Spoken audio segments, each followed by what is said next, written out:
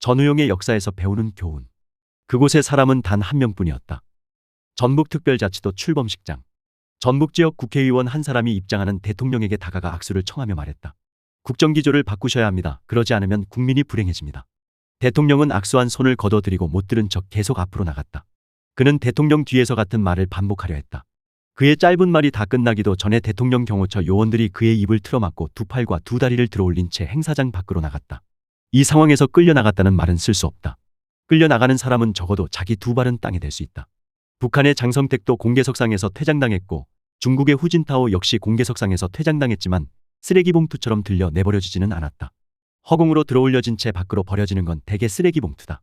명색이 대의제 민주주의 국가에서 대통령과 마찬가지로 국민이 직접 선출한 국회의원을 경호처 요원들이 방송 카메라 앞에서 공공연히 쓰레기 취급할 수 있었다는 사실에서 나는 첫 번째 놀라움을 느꼈다. 대통령이 직접 현직 국회의원을 들어서 내다버려라라고 경호요원들에게 지시하는 장면은 보지 못했다. 경호처장이 독단으로 지시했음이 분명하다. 심지어 방송 카메라에는 그가 해당 국회의원을 손바닥으로 때리는 듯한 장면까지 포착되었다. 경호처장은 도대체 무슨 배포로 헌법기관인 국회의원을 쓰레기 취급했을까? 대통령의 심기를 경호해야겠다는 사명감에 불탔더라도 그런 상황에서는 그만하시죠 한마디만 하면 되었을 것이다. 그런데도 그는 국회의원에게 폭력을 행사하라고 지시했다. 왕조국가의 호위대장도 왕의 지시 없이 고관의 몸에 함부로 손대지는 못했다. 절대주의 군주국가나 1인 독재국가에서도 보기 어려운 장면이 눈앞에 펼쳐졌다. 저들이 공직자인가 아니면 조직폭력배인가? 나는 두 번째 놀라움을 느꼈다. 일반 시민이나 기자가 대통령이나 총리에게 큰 소리로 권해 또는 항의하는 일은 자유민주주의 국가에서 드물지 않게 일어나는 일이다. 권위적이라는 세평을 듣는 통치자라도 그의 말을 끝까지 듣는 신용은 한다.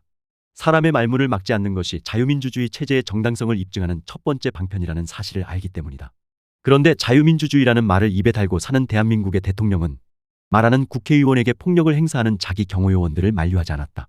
국회의원이라는 직함 자체가 국민을 대표해 말하는 사람이라는 뜻이다. 만류하지 않았을 뿐 아니라 그 사건 자체가 아예 없었던 것처럼 행동했다. 국회의원에 대한 예의는커녕 인간에 대한 최소한의 예의도 보여주지 않았다.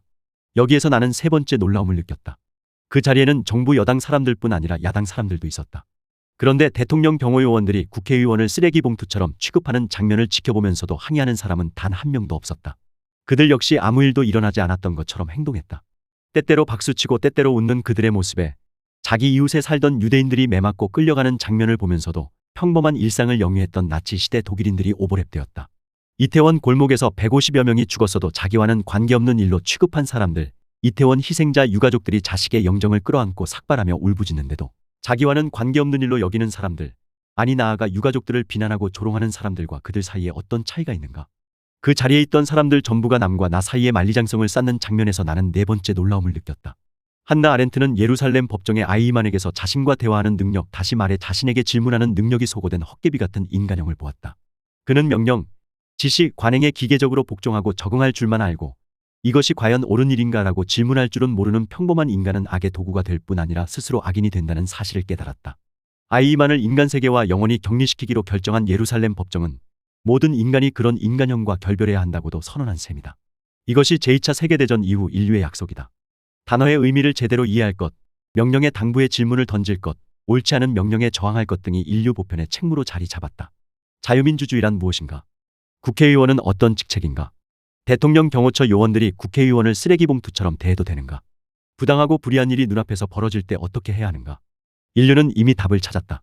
그러나 그날 그 장소에 있던 사람들 중에 이 답을 아는 사람은 단 한 명도 없었다. 그 자리는 온통 아이만 같은 헛개비들로 가득 차 있었다. 지금 이 나라에는 파시즘을 실천하는 사람들과 그에 복종하고 순응할 준비를 마친 헛개비 같은 사람들만 사는 듯하다. 그 자리의 사람은 단 한 명뿐이었다. 쓰레기 봉투처럼 들려나간 사람. 더 칼럼니스트